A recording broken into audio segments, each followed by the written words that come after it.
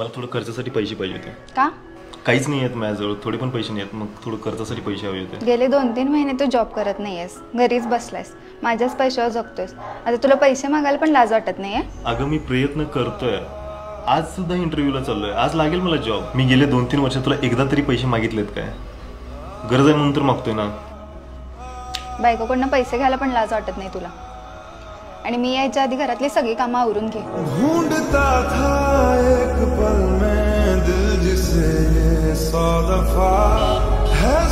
थोडंसं पाणी आहे, 20 रुपये. नाही नाही, मला विकतवाला नको होतं, मला असं फ्रीवाला नाही आहे का? आता फ्रीवालं ठेवलं तर आम्ही कसं करणार? तर मागा बघा द्या. ओके, तिथं आहे का?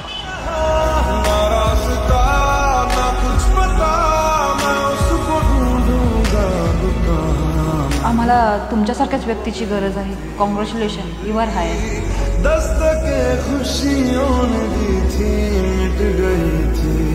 तुझे पैसे या 100 रुपयाने भरपूर काय काय शिकवलं मला आज. काय? हेच की जेव्हा एखादी स्त्री कमवते ती फक्त स्वतःसाठी कमवते, आणि जेव्हा एखादा पुरुष कमवतोय तर तो पूर्ण घरासाठी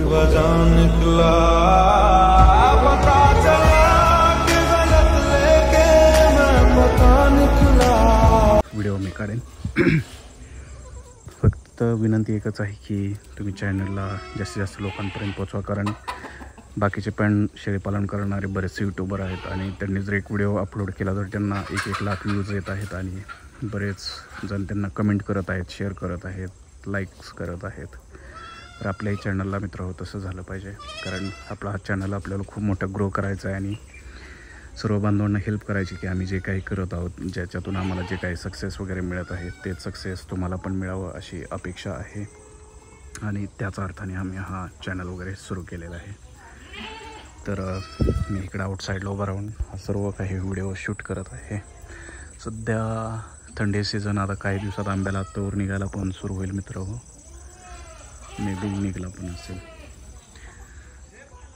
तर हा 6 मिनटाचा जवळपास 6-7 मिनटाचा व्हिडिओ झालेला आहे आणि मला अपेक्षा आहे की तुम्हाला हे जे काही नियोजन असेल ते लाईक झालेलं असेल आणि तुम्ही हा कंटेंट जास्तीत जास्त लोकांपर्यंत पोहोचवाल. आणि त्या व्हिडिओवरून माझं टार्गेट आहे की या व्हिडिओला जवळपास मित्र हो 1000 ते 1000 तर लाईक यायला पाहिजेत आणि हा व्हिडिओ जास्तीत जास्त लोकांपर्यंत गेला पाहिजे. तर नेक्स्ट व्हिडिओमध्ये आणखी मी डिटेल स्ट्रॅटेजी सांगेल, डिटेल कंटेंट सांगेल, नेमकं काय काय बनवलं आहे, कसं कसं बनवलेलं आहे.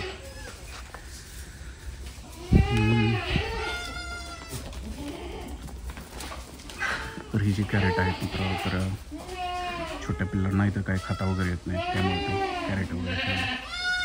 आणि बाहेरच मका काढायला सुरू आहे, त्यामुळे सर्व शेळ्या वैरण खायची वाट बघत आहेत. कारण हा सध्या 4 वाजताचा त्यांना वैरण टाकायचा टाईम झालेला आहे.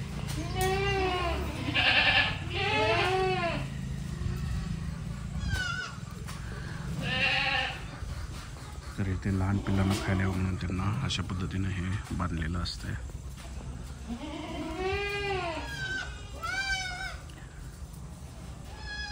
तर बघूयात किती मित्रमंडळी कमेंट करत आहेत, काय क्वेश्चन्स विचारत आहेत का, किंवा काय प्रतिसाद देत आहेत, आमचा व्हिडिओ क्वालिटी कंटेंट कसा वाटतो आहे, या सर्व गोष्टीचा तुम्ही हे करा.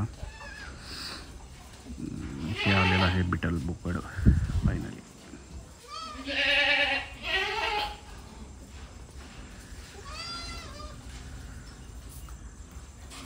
तर एक यूट्यूब कंटेंट क्रिएटर म्हणून किंवा एक तुमचं हे म्हणून मलाही तुमच्याकडून प्रतिसादाची अपेक्षा आहे.